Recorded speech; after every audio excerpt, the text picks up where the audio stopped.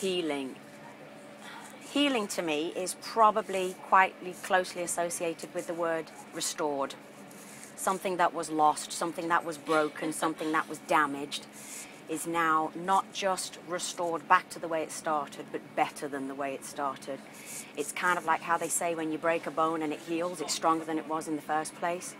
True healing to me is something, a wound, emotional, spiritual, physical, that has been healed and is scabbed over, and you can touch the place of hurt and it no longer hurts. There's no tenderness to the pain anymore. So a person that's been abused or hurt or scratched or broken in whatever way, physically, emotionally, you can go back to that place of hurt, you can touch the physical wound, you can go to the place of an emotional hurt, and it no longer has any effect on you. That to me is true healing, that it no longer feels the way it used to, and you don't have to revisit that place any longer. True healing and true restoration, it's not an ongoing process, it's done. Personally, I only believe in one true healer that can actually transform a man's heart and transform a man's life. That's true healing. When you go back to the Creator and be what you were born to be completely as a human being, fully as yourself, fully living life, living it fully as you were meant to live it, that's fully healed and restored. And we live in a very broken, hurt, rejected, insecure, damaged world where people are always, they're broken, they're hurt, they're far from healed.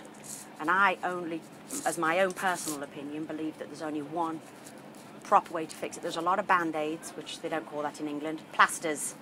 People put a lot of plasters on a lot of wounds. They go to a lot of counselling, they go to a lot of doctors, they go to a lot of, you know, Pubs. they go, exactly. There's a lot of drinking to try and dumb the pain, to try and lessen the hurt, and they live with it, and it's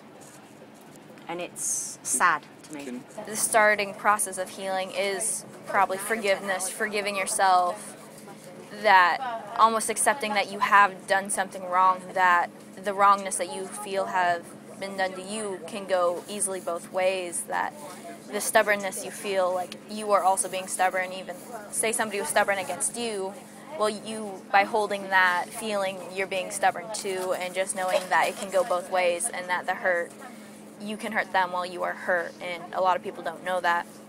And so as they are in their pain, they lash out at others, and I think to heal would be to forgive yourself for hurting others, and to then, in chance, knowing that you get to ask for their forgiveness. And in asking for somebody else's forgiveness, you are almost forgiving yourself from doing the deed or asking them to be forgiven.